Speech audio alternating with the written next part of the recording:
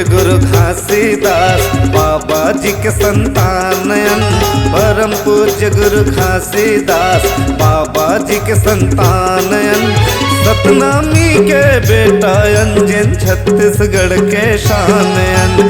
सतनामी के बेटा अंजन छत्तीसगढ़ के शानयन। परम पूज्य गुरु घासीदास बाबा जी के संतानयन। परम पूज्य गुरु घासीदास बाबा जी के संतानयन। सतनामी के बेटा अंजन छत्तीसगढ़ के शानयन। सतनामी के बेटा अंजन छत्तीसगढ़ के शानयन।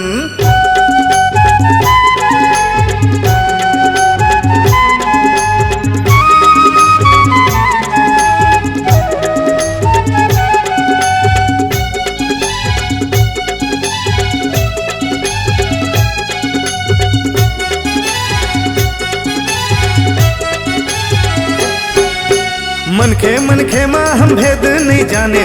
सबोला सगा कुटुम कस माने। पीठ पाछू छुरी गो भेला नहीं जाने। भले नियमा हम जीते न हारे।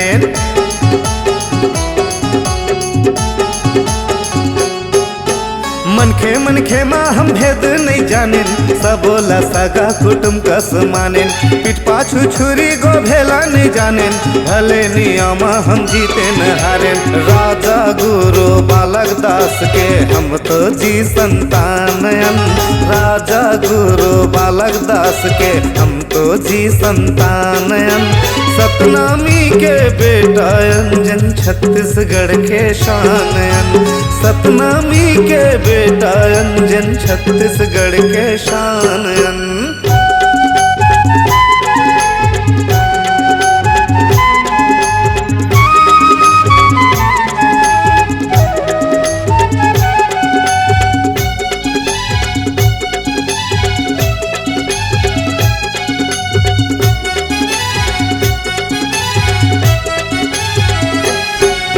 दहेज के खातिर बहुला नहीं मारेन। विधवा नारिल दर्जा देला जानेन।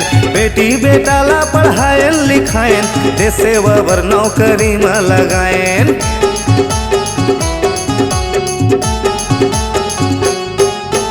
दहेज के खातिर बहुला नहीं मारेन। विधवा नारिल दर्जा देला जानेन। बेटी बेटा ला पढ़ाएन लिखाएन। देश सेवा बर नौकरी में लगाएन। ममता मई मिनी माता के हम तो जी संतानयन।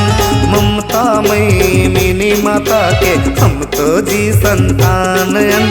सतनामी के बेटा अंजन छत्तीसगढ़ के शानयन। सतनामी के बेटा अंजन छत्तीसगढ़ के शानयन। परम पूज्य गुरु घासीदास बाबा जी के संतानयन। परम पूज्य गुरु घासीदास बाबा जी के संतानयन। सतनामी के बेटा अंजन छत्तीसगढ़ के शानयन। सतनामी के बेटा अंजन छत्तीसगढ़ के शानयन। सतनामी के बेटा अंजन छत्तीसगढ़ के शानयन। सतनामी के बेटा अंजन छत्तीसगढ़ के शानयन। इस गाने को देखने सुनने के लिए आपको दीप म्यूजिक चैनल की ओर से बहुत बहुत धन्यवाद। आगे ऐसे ही गाने देखने सुनने के लिए हमारे दीप म्यूजिक चैनल को लाइक शेयर सब्सक्राइब करने के लिए बिल्कुल ना भूलें।